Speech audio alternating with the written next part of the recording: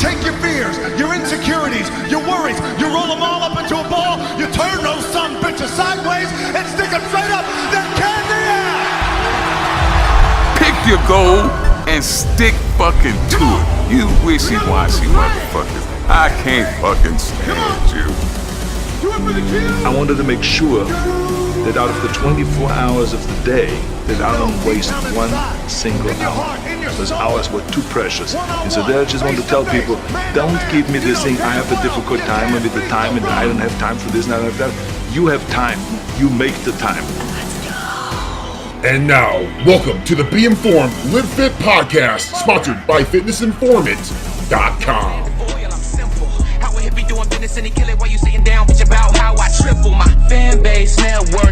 What's going on, guys? Welcome inside the Be Informed, Live Fit podcast. I am your host, Fitness Informant, founder, CEO, Ryan Buckeye. I want to thank you guys for stopping by. Check out this awesome episode featuring Guy Cisternino. He is a fucking stud. I'm excited that I was able to have him come on the podcast here today. Met Guy for literally the first time at the Natural Body Epic Block Party in Queens, New York, earlier in August. And what better time to have Guy Cisternino come on the podcast as we are less than 2 weeks away from the 2019 Mr. Olympia. Now, this episode is great because we talk about a lot of things that, honestly, I didn't think he was going to talk about. We talk about his close friend, Shawn Rhoden, who is the 2018 Mr. Olympia, who has been banned from competing at the Olympia this year due to pending an ongoing rape investigation on his behalf from last October, I believe, in the state of Utah. There has not been a resolution to that case, so the Olympia committee said, Shawn, you are not allowed to compete this year. Therefore, the defending and reigning champion of the Olympia is not there to defend his title. And Guy is a good friend to Shawn, and he opens up a bit about what's going on. We talked about the Olympia Committee's decision of what they did and whether or not he agrees with it. We talk a lot about just bodybuilding in general. We talk about how there is this discrepancy in terms of respect between the open guys and the guys in 212. And we talk about the purse payout, because if you win Mr. Olympia as an open athlete, so if you're Shawn Rhoden last year, you won $400,000. That's a lot of money, right? That is a lot of money for a lot of people. Flex Lewis, who is the Mr. 212, the man, right? $40,000, okay? So there's a difference of maybe 50 pounds to more, but 212 is one of my favorite to watch. I love watching the 212 guys. I love Flex a lot. He's such a sweetheart of a guy. I love Guy. Guy's a good dude. But it's a $400,000 to $40,000 difference. So therefore, they're not getting the respect that they feel they deserve. And we get some sound bites here from Guy Cisternino that I'm stoked about. So I don't want to give away too much of the podcast, because those of you who have maybe seen Guy on podcasts before or listened to him speak, he's very open and honest. And he was very open and honest with us here on the podcast, and I could not thank him more for that. I really greatly appreciated that. It was some really, really good stuff by Guy. This week's Pumped Up segment of the week is being brought to you by Built Fast Formula's award-winning VasoBlitz Pumping Nutter. Not only is VasoBlitz the winner of our 2018 Shield of Excellence Supplement Award for Best Pump Product, it is also the first nitrate formula fully disclosed with 30 servings, not scoops. When VasoBlitz is consumed daily, even on your off days, it will last you a full month. All this for only $34.99. And as a special offer to our listening audience, use the coupon code INFORMANT to save 15%. Obviously, I'm pumped up about the Olympia. We are less than 2 weeks away, and I love Las Vegas. It's my place. I think I've said this before on the podcast. I've been to Vegas almost double digits now. I've gone almost every single year since I've been 21 years of age. I'm 32. I believe I missed it maybe 1 or 2 years. So I've been there for the Olympia before, once upon a time for Fitness Informant, once upon a time for Supplement Warehouse before Fitness Informant was a real thing. Last year I had to miss it because of the birth of my daughter. And this year I returned to the Olympia place as not just somebody who's paying his own way to go there, but as a legit business with employees, as a media partner to the 2009. 2 years ago when we went, I had to pay for my own passes. I pretty much had to beg people to take meetings with me. And this year, my schedule is absolutely packed. I had to send out an email here a little bit ago to my team and saying, guys and girls, this is what we're doing over the next days here in Vegas on Thursday, Friday, and Saturday. And here's what we got going. And, it kind of hits me a little bit as I'm trying to schedule lunches, team dinners and lunches and breakfasts and video shoots in between the meetings that we have, how busy we actually are in Vegas. And that's a good thing. It's a good thing because brands want to align themselves with Fitness Informant and what we're doing and what we're trying to accomplish. The amount of brands that have reached out to me in the last couple weeks alone regarding my video on a certain pre-workout that's advertising over 750 milligrams of caffeine and 1,100 milligrams of stimulants per serving, came to my defense and agreed with everything that I said. Love what we're doing for this industry, and we have to keep our foot on the pedal and keep this sumbitch going. So I'm pumped up to go to the Olympia this year as a full-fledged, full-time business owner, as a full-time entrepreneur, as a full-time CEO with my team in Las Vegas, the city of cities, my city. And there's just, not much more to look forward to than that. That's great. I'm also pumped up about the new HQ here. I'm going to be pretty much recording in this place if you're watching on YouTube for another week, and then off to Vegas. I come back, and then I move into my new place, and I'll have a bigger office, and it's going to be really cool. So I'm stoked about just changing life events in my personal life of moving into a new home. So that is really what I'm pumped up about this week. Our Genius Moment of the Week is being brought to you by the Genius brand. The Genius brand offers high-quality supplements with scientifically proven, clinically dosed, all natural ingredients. With a blatant disregard for profit margins, the Genius brand is focusing on creating innovative, industry-leading wellness supplements to help you live an active, healthy, and long-lasting life. Supplement smarter today. Check out full reviews of the Genius brand over at fitnessinformant.com. Our Genius Moment of the Week this week is if you are a business owner, specifically in the sports nutrition area, category, industry, and you sell SARMs, you advertise SARMs, the genius thing to do would be to knock it the fuck off. What are you doing? SARMs are illegal. They are not for human consumption. They are for research purposes only. You cannot be selling that. Here's what I say. If you are actively promoting on Instagram that you carry and you sell SARMs, what else are you selling in that store? Because if you're comfortable with promoting that you're selling an illegal substance, then I guarantee you're probably selling something else either within the walls of that store or out in the parking lot. Because don't kid yourself. I've been to places before where the employees offer to walk you outside to the trunk of their cars and hit you up with a thing of Test and Deca. Maybe they're Anavar, maybe it's Clen, whatever it might be, because that's another way to make money. If you want to stay in business, you abide by the laws. What the fuck are you doing? It's really what you should ask yourself. So if you're a business owner and you have SARMs on your shelves, you should slap yourself in the face and punch yourself in the dick. Simple as that. And if you're a female, well, then slap yourself in the face and punch yourself in the boobs. I don't care. Because it's irresponsible. You're going to hurt someone. It's disgusting. This coming from a guy that does not give a shit if people take SARMs or steroids. But as a business owner doing something illegal? What are you doing? Genius up. Be smart. Carry the Genius brand for fuck's sake. At least that'll sell for you. Listen, I don't want to ramble on so much here in the opening. I want to get you guys over to Guy Cisternino. We had a great conversation. If you like what you hear today on the podcast and it's your first time listening, hit that subscribe button, whether it's on iTunes, Spotify, or YouTube. Write us a review. It helps out the algorithm, gets more people involved and aware of the Be Informed, Live Fit podcast, and tell a friend about us via social media, whatever it might be. You can find us on social media. We're on Facebook, Instagram, Snapchat, Twitter, and now we're on TikTok as well. Learn that platform. Wow, what a clusterfuck, but I'm going to learn it. Hope you guys enjoyed this episode with Guy Cisternino. I know I sure did. Here he is, ladies and gentlemen, the one and only Guy Cisternino.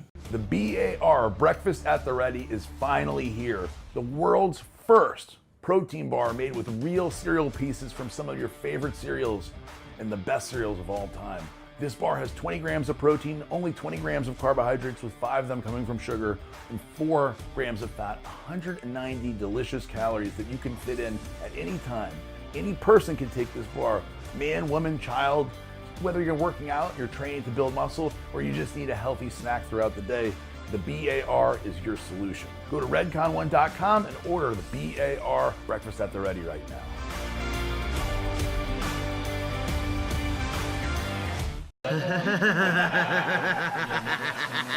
With the amount of hard work that I put in, I need a reputable brand. I absolutely love this stuff. The energy is amazing. The pumps are ridiculous. The flavor is absolutely delicious. I was blown away by the amount of energy, the muscle pump. It keeps me going throughout the day. Take your workouts to the next level. The energy was so crazy for me. Really gives me the boost I'm needing in the morning. You will train harder. You will see better pumps. You will go longer in the gym. The quality of the ingredients makes a difference. Try Rise. You're going to love it. I guarantee it. Their products are top of the range, and I'm very proud to be a part of Team Rice.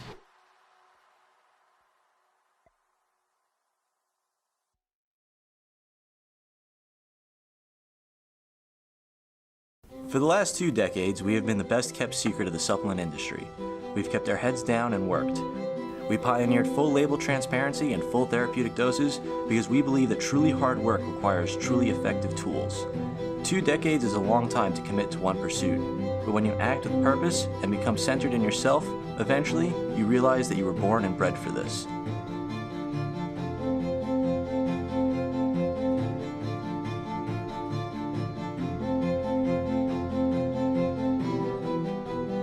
The things you once thought impossible, you now do every day. We don't like the easy way, it just doesn't feel right. We'll take the long, hard road over a shortcut any day. It takes longer, sure, but in the end, you know you earned it. And with the right team behind you, pushing yourself further than you've ever been would be just another afternoon doing what you love most.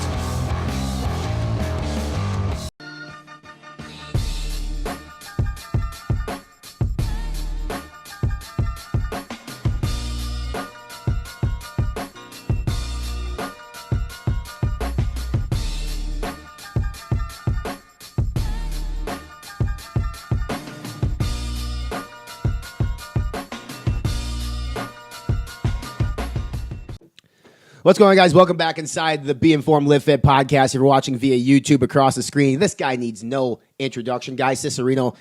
Guy and I met out in New York at the Epic Block Party. You know, I've never met you before, but you're literally one of the nicest fucking dudes I've ever met. So first off, thank you for that, and thank you for coming on. I appreciate you taking the time, bud. You got it. We were just talking about how busy your schedule is and how much you travel, and I find it just astonishing from the outside looking in because you're a competitive athlete in bodybuilding and trying to. And I'm currently on prep now, and I understand I need to eat every fucking 3 hours. How the hell do you do it when you're on a plane to China of all places, coming up for a trip, or you're traveling the back roads of Illinois? How do you manage your diet on the road? I mean, I'm lucky to have a food sponsor. You know, back when I was an amateur, we didn't have food sponsors, so I had to cook everything myself, which fucking sucked. Right.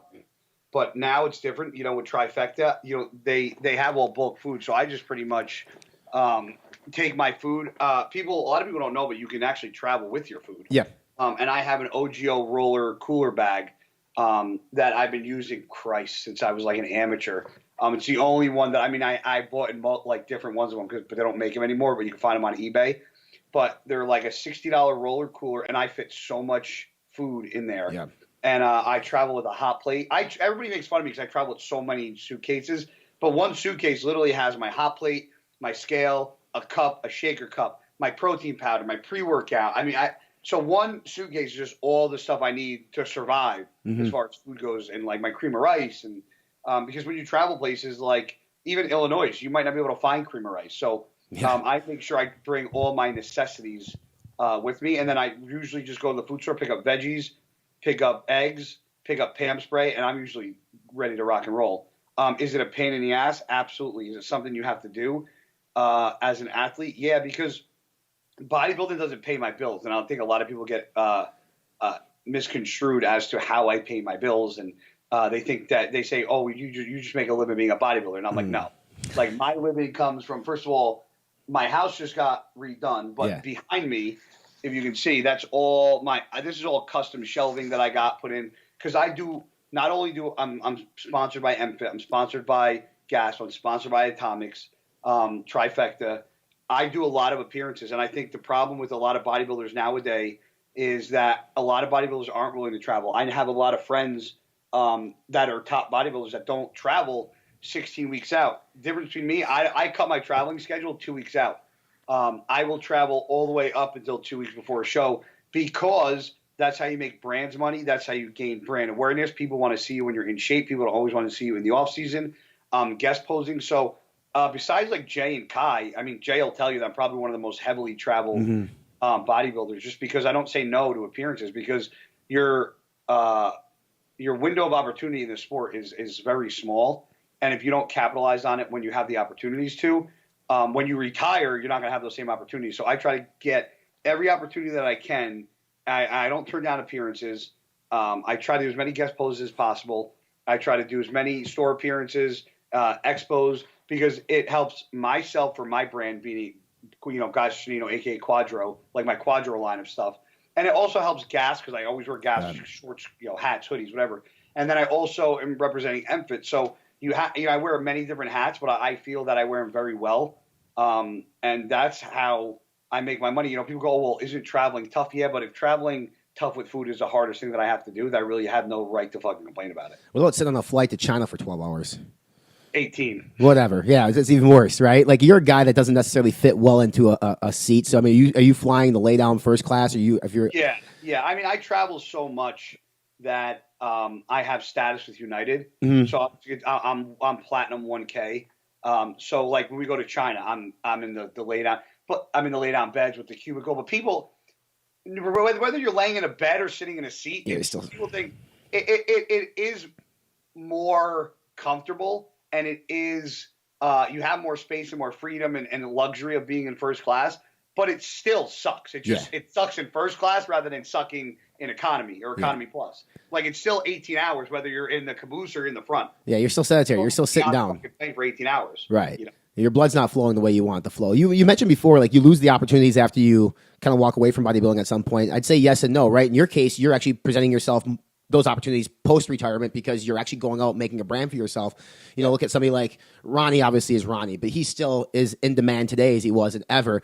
And it's interesting. A lot of people always toss out there, who's the best bodybuilder of all time list, and they make a list. Jay Cutler is yours. Why is Jay yours? Because he's the best ambassador, bodybuilder, and business person in the sport. Mm-hmm. He is still one of the most highly sought out bodybuilders for appearances. He still probably makes more money than anybody. He has a lot of business opportunities. He started his Jay Cutler, clothing and stuff while he was at the top of his game. He started with BPI, his Jay Cutler brand, and then he retired and then bought out and made it himself. So for me, being the best bodybuilder in the world isn't about how many Sandows you have under your belt. It's what you did for the sport, how you represented the sport, how you were ambassador for the sport, how you grew the sport, how you grew yourself monetarily, and your fan base. And Jay does it. Jay and Kai do it very well. Why is Jay so nice? Huh? Why is Jay so nice? He's the nicest guys I've ever met in my life. Man, me and Jay have gotten, in the past 3 years, Jay's became one of my closest friends. Yeah.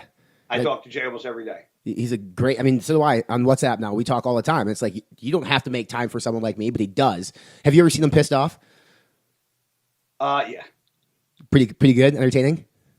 Yeah, he's pretty funny. He just gets he doesn't scream and yell or get in somebody's face like I would. He'll just be like, "What the fuck is that about?" He doesn't. His mad is my normal now. Sure. No, that makes sense. All right. So aside from brand ambassador for the sport and monetary value, in terms of overall physique and the stage over the course of all the years, Ronnie Coleman. Okay. Longevity. Are you giving it to the Blade, Dexter Jackson? I mean, is he ever going to age? You can't not. I mean, does he ever get old? I haven't seen it. It's unbelievable.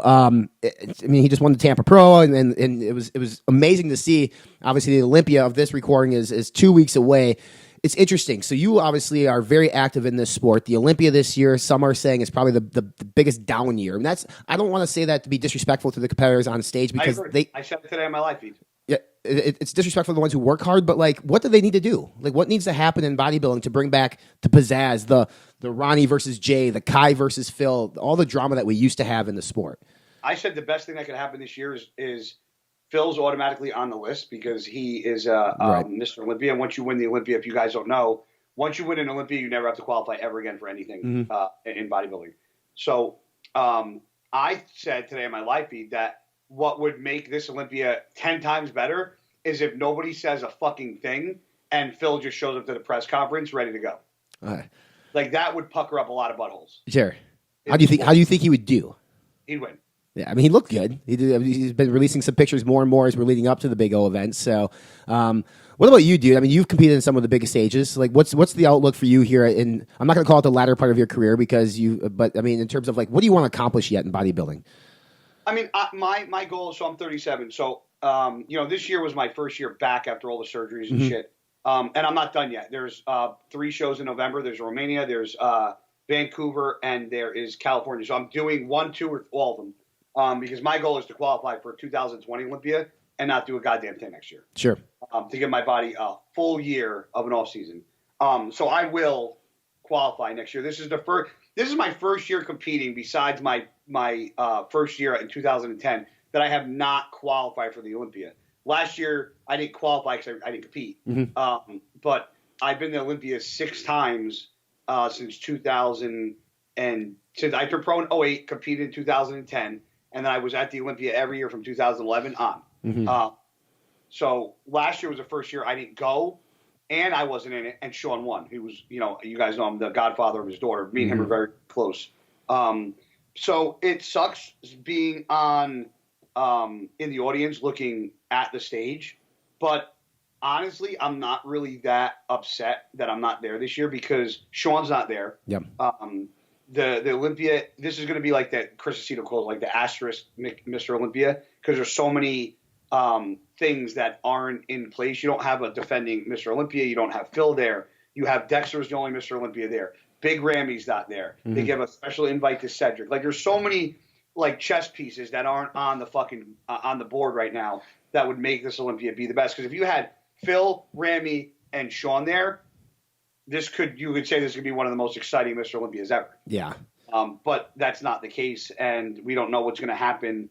I know, obviously Shawn's not going to be there, or Shawn will be there, but he's not going to be competing. And so it's bittersweet to go this year. But this is the first year I'll be at the Olympia because last year I just chose not to go. Yeah. I went from 237, 238 down to 193. I was just very small. I was doing cardio to keep myself busy, and I didn't like how I looked. And I didn't have any of my sponsors going. So I was like, you know what? I'm not going to go and get chastised for how I look after double shoulder surgery, so I'm just going to sit back and watch from my computer. Yep. But this is the first year I'll be at the Olympia at an expo the entire time, just dealing with my fans. Yeah, that's cool. Usually the fans get a lot of shortcomings because the competitors always have to like rush in and out of the expo. But this year will be good for me for my fans to get more personal with my fans and talk to them because I do that at the Arnold, but I have never done that at the Olympia. So I'm actually looking forward to being with a brand new brand, MFit, and having a great booth there and being able to meet all my fans this year and not worried about competing spray tan. I will be dieting, but the stresses of the everyday competing and getting ready for your show and shit isn't going to be there. So I can spend more time with my fans. Right. That's cool. Seeing Shawn dethrone Phil Heath last year, how'd you feel? Me and Phil are very good friends. And Phil's got 7 Mr. Olympias, one of the best ever to walk the face of the earth in bodybuilding. And, but Shawn is one of my best friends, and I'm the godfather of his daughter. And I know his trials and tribulations, not saying his are any harder or easier than anybody else's, but he's had a lot of things in his life that he's overcame and gone through. And, he going from being 13th to 3rd to 2nd to 5th to winning was just awesome. He's not like a typical bodybuilder. He's not outspoken. He's not loud. He doesn't grunt in the gym. He doesn't post training videos all the time like myself and a lot of other people do. He's very quiet, keeps to himself. And, seeing somebody that humble win was just exciting, man. It was cool. I was really happy for him because I know he puts in a lot of fucking work and a lot of time and a lot of sacrifice, just like we all do.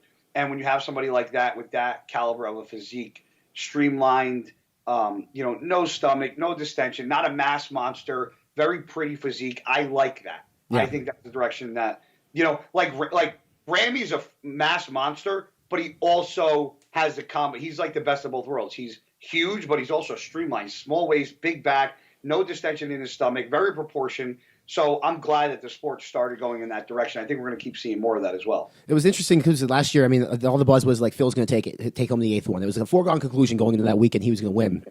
Friday night, Twitter blew up. Everybody knew Shawn won on Friday night. Everyone knew it. And the next day it was awarded. Obviously, you mentioned he's not going to be here this year. It's a weird situation. I feel for Shawn in this situation. Being on, and if you put yourself in the shoes of the Olympia committee, do you agree with their decision? It's not my place to agree or disagree because it's a business decision. I think it was a little premature to jump the gun. And it's only premature because we live in the United States of America, which is, you hear it all the time, you are innocent until proven guilty. Right. Now, I understand what his charges say, but just because you could be, you could get a speeding ticket and go to court and fight it, and you don't have to pay the fine, or you don't get the points until you go to court, plead your case, and then it's decided, no, you're at fault, you were speeding. Sure.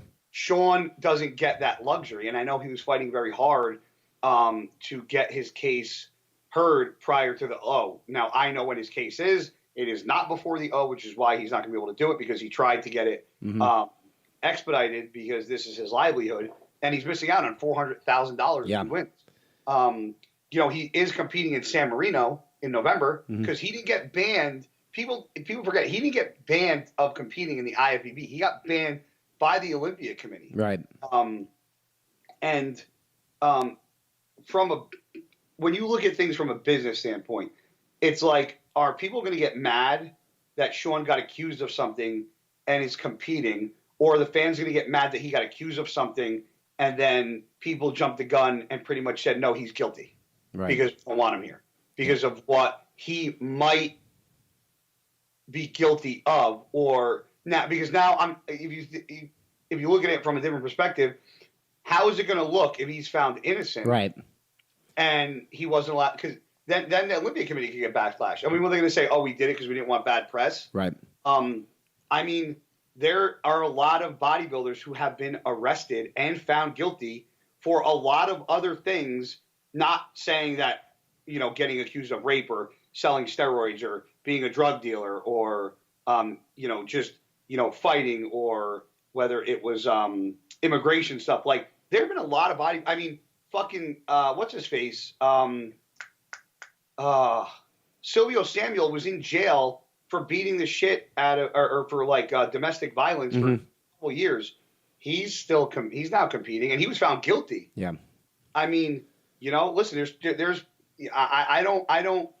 things that I don't stand for: abusing or raping women, or abusing children. Those are like the two worst things in my eyes that you could ever be as a human being, is abuse or do anything to a child, or abuse or rape a woman. Yeah. And I think I think people like that are scum and should be fucking just, killed. I don't take kindly to people that, rape and pillage and, or pedophiles. Like, I think that stuff's disgusting. I think those people are not needed on this earth. And, it put me in a spot as well, because people knew that me and Shawn were really close. And, I'm sticking by Shawn until the end, because as Shawn's friend for years, I've never seen that kid get it. You asked me about Jay. I've never seen Shawn get mad. Never. I've never seen Shawn raise his voice, raise his hand, be confrontational. So for me to think that Shawn could do something like that, I don't believe it. And I believe what he says, and I believe his truth, and I'm hoping that the truth does come out. Right. I don't think really people are going to care. I can't say that. I saw a lot of the Olympia getting backlash for not allowing Shawn. I saw more people pro Shawn, and I really didn't see anybody against Shawn. Right. Which was odd, because normally you'll get like a split decision.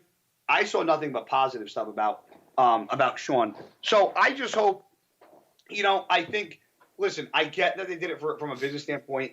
So you have sponsors and you have title sponsors and, stuff like that. But I think it also says something for his sponsor, Olymp, that they didn't drop him. Right. He's kept majority of his sponsors. I don't think any of his major sponsors even dropped him, which I think is awesome. I think that's what should happen in the sport. I mean, I talked about like the NFL, where every time somebody in the NFL gets accused of, taking PEDs or doing something that they shouldn't have, or drinking and driving, or, whatever, the first thing that happens is the coach goes on ESPN and does a press release and says, we're going to stand behind our player until we know facts and truth. And this didn't happen now. Now, I'm not saying there's only two people that know that what happened, Shawn and the girl. And nobody else knows. I don't even know. Right. I'm going off of what I hear, what Shawn tells me. But, there's only two sides to that story. And, or three, Shawn's, hers, and the truth. So it's going to come out. And, I hope everything that Shawn told me from what happened is the truth, and he didn't leave anything out, and he comes out of this clear as day, and he can move on with his life and come back and defend his title next year. That's what I hope. I think we all want that. I don't think anybody in the planet wants this to be true. And obviously, I mean, the Olympia Committee in their situation, had they let him compete and then it came out on the bad side, then there's that conversation. I said it's a business decision because it could go either way, and it's kind of like which one do you weigh out more, letting him compete or not letting him compete? Like it's a very hard decision. I'm glad I didn't have to make the decision. Yeah. But from an American standpoint, I think they should have stuck to their American roots and said innocent until proven guilty. Yeah, you're innocent until proven guilty in America, in the legal system, in the court of public opinion. It's totally different, which is unfortunate. I mean, I've always said too, it's like people say, well, now his career is over. No, it's not. Look at Kobe Bryant. Kobe Bryant was accused of rape as well, and he's a major athlete. He did just fine. If the truth comes out and essentially sets him free, he'll be fine. He'll bounce back. He's still keeping in shape. Obviously, that was one thing around bodybuilding. Then you had the Jeremy Bendia thing, and you had, I think, the Larry Wheeler thing. There's a lot of things going around bodybuilding, around women, around the same time. Not good, and none of us want to see that shit. We don't want it, and if all this stuff is true, obviously we despise it, we hate it. I mean, what were your thoughts when like all these different things came out in the sport that you absolutely love and you fucking die for every single day, and all this negativity is surrounding the sport? I look at it like this, man. There's bad people in the world, so just because I'm in a sport that I love doesn't mean there's not bad people in it. Yeah. I heard that the Larry Wheels thing was bullshit. I don't know if that's true. I don't either. I heard that it was made up, but I really don't know. The difference between me, man, and a lot of people is I don't pay attention. Sure. I really don't. I don't watch. I mean, I have all this. I don't know if you can see, but I bought all different. It's still in boxes, but I got all podcasts. I got all podcast. I have all my podcast stuff set up because I'm doing my own podcast.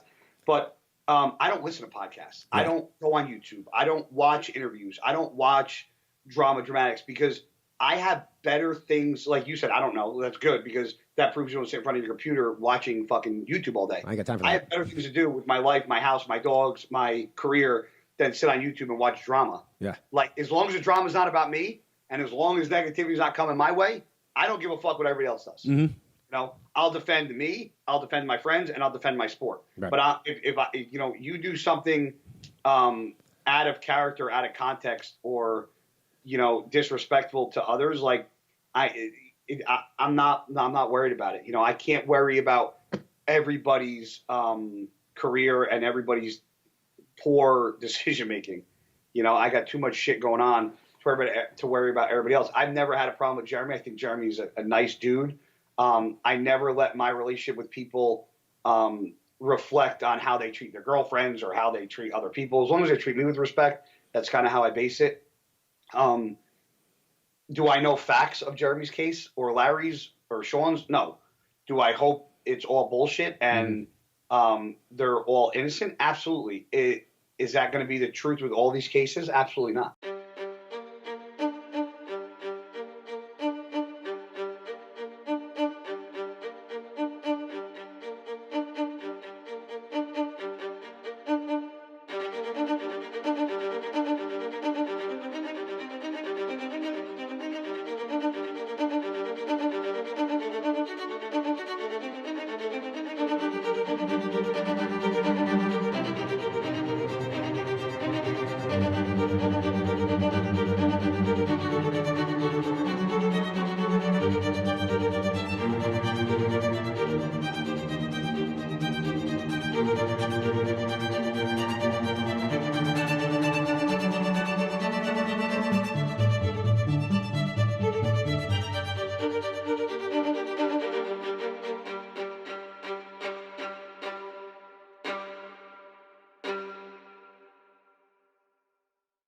So this is it. The new flavor is in production as we speak. We've been hyped about this for months and the time is finally here. So let's go check it out. In here.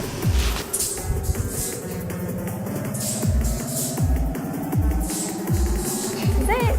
Galaxy Burst. This flavor has a burst of candy with a hint of tart, leaving your taste buds begging for more. It's fruity and creamy, yet sweet and tangy. After months of testing and formulation, this galactic flavor is sure to take over the galaxy. Now let's give it a try. So good. Hey, what are you doing? Oh, time to go.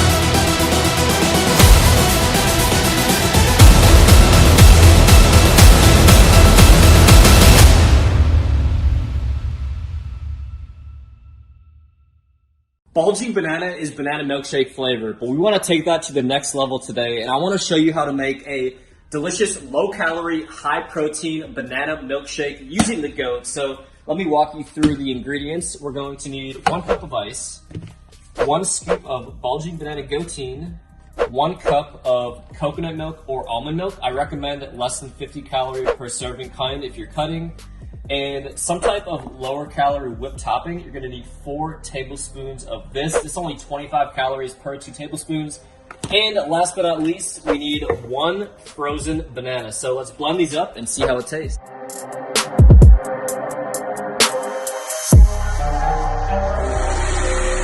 So we don't call it Bulging Banana for nothing. This is a very thick milkshake right here. Look at that consistency.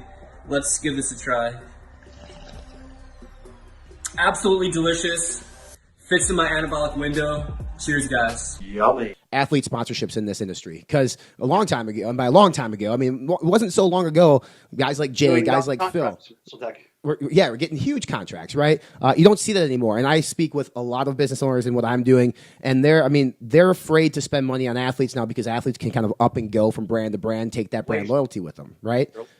What's your fee? Because you're an athlete, right? You've been at different brands before. You're with MFit now, which is a fucking great brand. If somebody says to you, like, I don't want to give a chance on you because you could up and leave me and take your loyalty somewhere else, what's your response as an athlete to essentially vouch for what you guys do? Because you do bring value and benefits to brands when you sign with them. Yeah. I tell, if a brand wants to sign me and wants loyalty, I said, you want loyalty out of me? Give me term. Give me a term contract. Give me a 3-year term. Right. Give me a 2-year term. The problem, I'm going to tell you what the problem is. As much as I like social media, right? Social media killed sponsorships because what social media did was give everybody a sense of entitlement. I have never in my life asked for a sponsorship, ever. Ever, ever, ever. And I have so many people asking me, well, how do I get sponsored? Motherfucker, did you ever compete, number one? Right. Did you ever win a fucking show? Did you turn pro? Did you win a pro show? Have you been to the Olympia? What's your following? What's your niche? How many people do you engage people on social media? Do you have a podcast? Do you have a YouTube? Are you making appearances? Do you have a following enough to where the brand, you're going to be able to be a sponsored athlete, make money, and make enough money to cover your nut that the company's paying you, plus make the company more money to where the company grows? Right. All these people want fucking sponsorships because they want to put in their bio that they're a sponsored athlete because it makes them have some sort of self-entitlement, rather than, I tell people, when I did an appearance for Doug Miller at one of his nutrition corners at Beach, and somebody asked me about, social media and cell phones. And I said the difference between myself and other pros and people that are up and coming is that when I was an amateur, my phone didn't leave my fucking gym bag. My phone was in my gym bag at all times, and it still doesn't fucking come out in the gym. My training partners know the code to my phone. They know what to film. They know who to tag. I use a fucking old school iPod. And the reason is because when you're in the gym, every fucking set should count, and you shouldn't just train hard for the sets that are being fucking filmed. But the problem is that everybody's so worried about likes, comments, fucking views, hashtag. It's all social media, and a lot of hard work is lost because of social media. And people think because they have a couple followers that they're entitled to a sponsorship. Well, I started competing in 2003. I turned pro in 2008. I didn't win my first pro show until 2011 and get qualified for the Olympia. And that is when I got my fucking first contract with BSN. Yeah. That's when it happened. When I fucking established myself as winning a fucking pro show, being like, there's hundreds of thousands of bodybuilders and fitness competitors and bikini competitors out there that have never won a show ever and never will. And there's very few that win shows. There's very few that win 2, 3, 4. I've won 6 shows. There's not a lot of people that can say I've won 6 pro shows in my life. Not a lot of people. So I've established myself as one of the best in the 212. Mm-hmm. Maybe I'm not the best right now, but when I was coming up, I was one of the best. You know, I think that next year is going to be one of my better years ever, because I'm finally going to have a full year under my belt with recovery. But I really feel that people don't work for sponsorships. People don't want to travel, like I mentioned earlier, when they're dieting, because they think that prep life is the worst thing in the world and nothing can get worse than prep, and they can't do anything because they're so tired and they're starving and it just everybody's a fucking pussy, bro. And you just don't want to work for the paychecks. Yeah. And you know, I started with MFit. They're a startup company. They're owned by A&Z Pharmaceutical, but people look at MFit and they forget that we only released in March. Yeah. The Arnold. March to April, May, June, July, August. 5 months. We've been in 5. By the time we hit the Olympia, we'll only be in business for 6 months. We've done a lot of big things in 6 months. And a lot of it's because of Nick, John, Emma, all the people that joined or that helped, you know, bring MFit and grow the brand. But it's not easy, and you have to be willing to hustle and travel. I mean, I'm going to all these appearances I'm doing aren't for me. Mm-hmm. They're for MFit. Yeah. Olympia, MFit. China, MFit. We're going to Dubai in December, MFit. The Illinois appearances for MFit because they put in a PO. You have to, if you aren't willing to do those things, then you shouldn't deserve a sponsorship. Yeah, I agree 100%. It's interesting because Nick reached out to me in January before MFit obviously launched, and then you guys launched in March, and then I think a lot of people were surprised that you were attached to the brand because it was an unknown brand. Like you've told this story to me before, but not everybody's heard it. Like, what attracted you to the brand? Because you said that you got an email or a phone call and you kind of ignored it for a while. You put it on the back burner and then you reached back out. At the time, Gina was in Long Island and she trained at Bev's and she knew this kid Nick. They were friends, and she asked me one day. She's like, "Hey, my friend Nick asked me if you're up for contracts for a sponsorship for a supplement company." And I was with Centurion Labs for 5 years, but never had a contract. We never agreed on a contract. And I would arguably say that you helped grow that brand significantly. Like, the reason why I knew about them for the most part was because of you. The one owner will disagree with that and tell you that I did nothing for the brand, and that's where we kind of really butted heads. I mean, he said to my face that, "Oh, you think X, Y, and Z helped grow the brand?" And he actually asked me one day, he goes, "Do you think this brand would be where it is without you?" I said, "Absolutely not." And he goes, "Well, I disagree." Sure. I said, "Okay." So I left after 5 years because there's just a lot of stuff going on with the brand. I kind of it was almost like I overstayed my welcome. Like 5 years, I helped them grow. I did what I could. And I really didn't have any leverage and didn't have any flexibility to kind of do other things with products and formulas. So Gina was like, "Hey, this kid, Nick." And I was like, I messaged him, I texted him, and he was like, "Oh, we're a startup company." I'm like, "Oh, fuck, like another startup company." Like I just went through this for 5 years. Like, I don't want to do this again. So I kind of blew him off, and I talked to a couple other companies that made me offers. And I was like, before I make a decision, let me at least go and see what this brand's about. So I drove up to Hapog, which is in Long Island, and I literally showed up in sweatpants, a t-shirt. Like, I'm thinking a startup company is going to be in a fucking garage. Right. Like, I'm not getting dressed up. Well, unbeknownst to me, I was fucking taken back because I pulled up to a fucking enormous building. Enormous. And I called Nick and I'm like, "Hey, I'm here." I'm like, "Where are you guys?" He's like, "Oh, it's inside the building." I'm like, "Oh, what do you guys rent one of the offices inside the building, one of the spaces?" He's like, No. He's like, "This is our building." I'm like, I go for it. "Do you own the whole?" He's like, "Yeah." So then they come to find out they're owned by A&Z Pharmaceutical, which one of their big products is called Decal. It's a calcium vitamin D product that's sold in Walgreens, CVS, Rite Aid, all the major stores. And they have a huge China market. So they actually have a China MFit brand. Knock it off.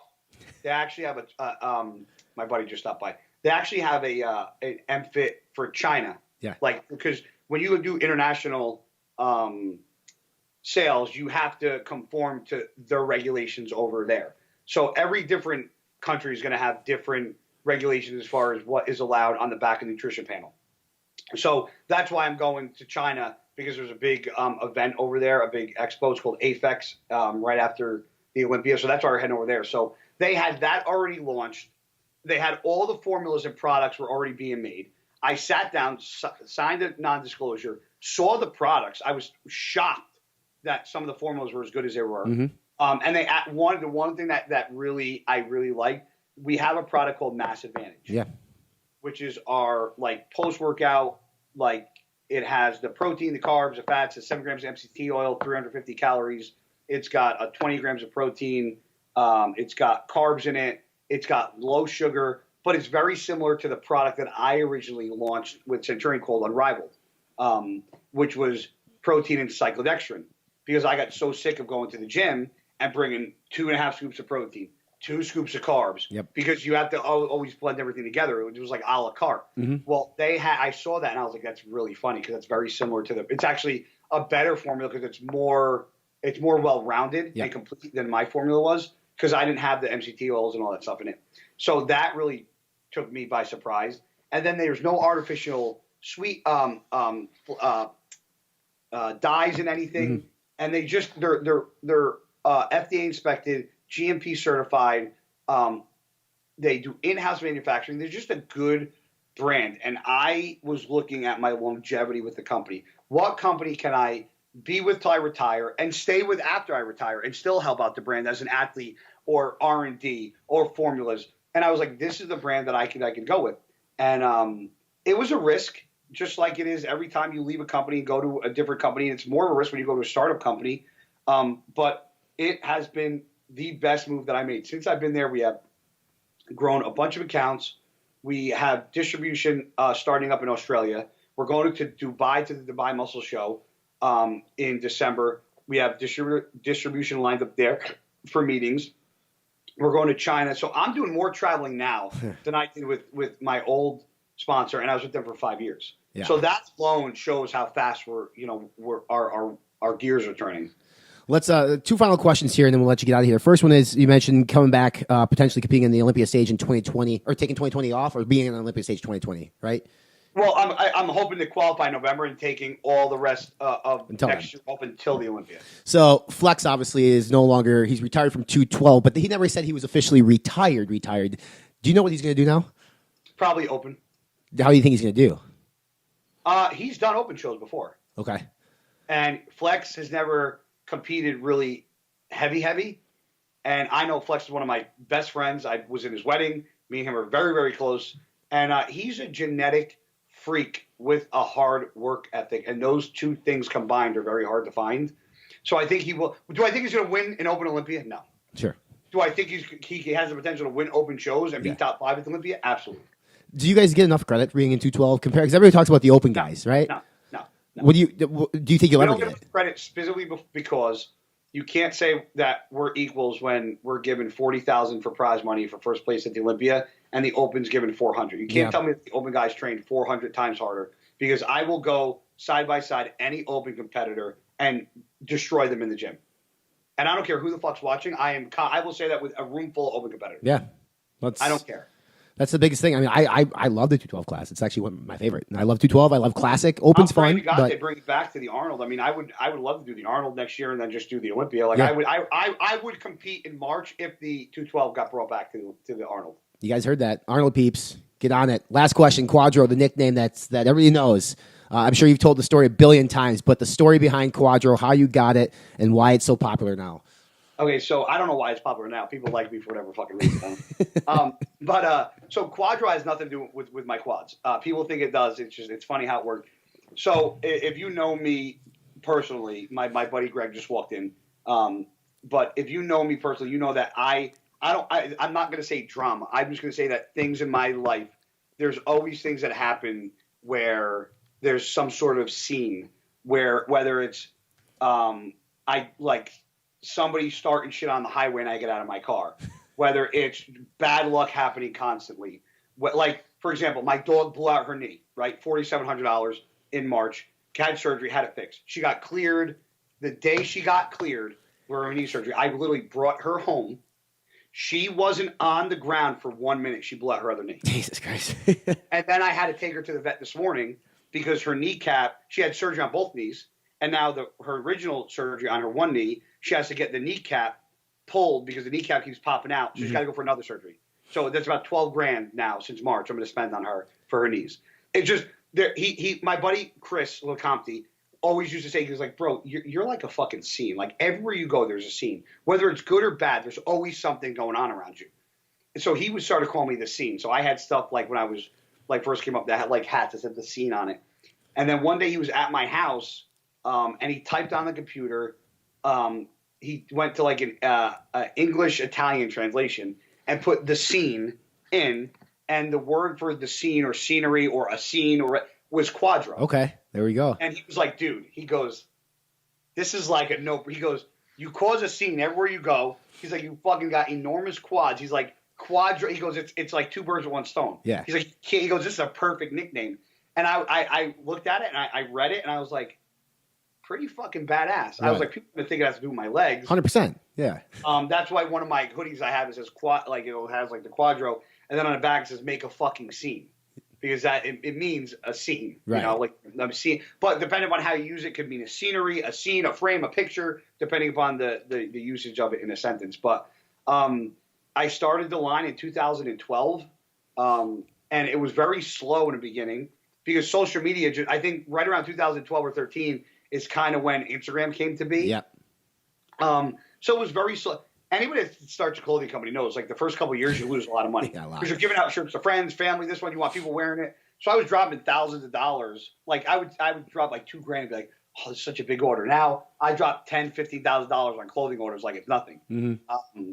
But it's cool, man. I'm very blessed. Listen, there's people that love me. There's people that hate me, and for no reason. People love me because I'm a bodybuilder, and people hate my guts because they just don't like my physique. But at the end of the day, I never thought that I'd be in a position where somebody would ask me for a picture, an autograph, buy clothing. So I'm very blessed to be in the position that I am, and I love my fans and what me and my fans stand for, and because my fans that buy my clothing, that follow me, they believe in who I am, what I do, what I say, and which was why me getting this double shoulder surgery and coming back was so big for me, because I'm somebody that speaks my own truth. And I always say adversity and setbacks, and there's nothing you can't fucking overcome. And why I maybe didn't win a show right away when I came back from surgery, I still look pretty goddamn good for having double shoulder surgery a year ago. Right. So that was a testament to me as a human being and who I am as a person, to that not only do I speak my words, but I also fucking, I also follow through with what I say. Yeah. You know what I'm saying? Yeah, you practice what you preach, for sure. Exactly. You know? For sure. Well, cool, man. In 2 weeks, you'll be at the Expo. You'll be at the Olympia with MFit. And then a year and 2 weeks, you'll be on stage for 212. We're hoping. Right. That's the goal. Appreciate you coming on. You guys can follow him on Instagram. He's at Guy Cisternino. All the stuff is there. MFit's on Instagram as well. We'll make sure we take him in the description. Guy, brother, it's good to see you. Thanks for coming on, bud. All right. Always a pleasure, man. I really appreciate it. And I love everything you guys do, man. Keep it up. All right, guys, I wasn't lying to you. Guy, very open, very honest, and tells it how it is, which is exactly what I do. That's why we get along. Guy will be in Vegas. I'll be there with him and meeting up with Nick and the MFit crew, trying to bring some MFit stuff here to FI in the near future, as it's a great brand. As you mentioned, owned by a pharmaceutical company. They have strict guidelines that they need to meet during manufacturing processes. So if you're going to be in Vegas for the Olympia and you see us walking around the expo, make sure you give us a big old let's go. And, come say hi, because we like to love to see people. It's going to be me, Gerhardt, Danielle. We got a guy named Brian who's going to be there, and a guy named Brad. So there'll be a big group of us 5. We'll have a videographer with us, so you can't miss us. We're just there to have fun. We have a lot of meetings, but we're there to have a great time. And on Saturday, my team gets to chill, which is what I'm super stoked about. So, again, hit that subscribe button, write us a review, helps out the algorithm, whether you're watching or listening via iTunes, Spotify, or watching, rather, on YouTube. Make sure you follow us on our social media platforms, Facebook, Instagram, Snapchat, and Twitter. Check out our official website. We are fitnessinformant.com. That's where you're going to find all the supplement reviews, rankings, news, deals, workout routines, and nutrition plans right there at fitnessinformant.com. We appreciate you guys tuning in this week. As always, hang loose, be informed, and live fit.